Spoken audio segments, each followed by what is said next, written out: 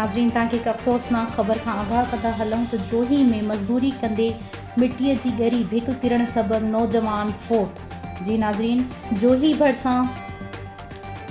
नाज़रीन रिपोर्ट मुश्ताक अली रोधनानी मुताबिक़ जोही भरिसां ॻोठ गुलाम हुसैन गाॾही में ट्रैक्टर ट्राली ते मज़दूरी कंदड़ 5 खां वधीक मज़दूर मिटी जी टाली भरे रहिया हुआ त ओचितो 15 फुट खॾ मां मिटीअ जी वज़नी भिक किरण सबबि जोही शहर जे हुसैनाबाद कॉलोनी जो रहवासी शादीशुदा 32 सालनि जो मज़दूर नज़ीर अहमद वल्द फरीद बब्बर मौके ते फोत थी वियो आहे।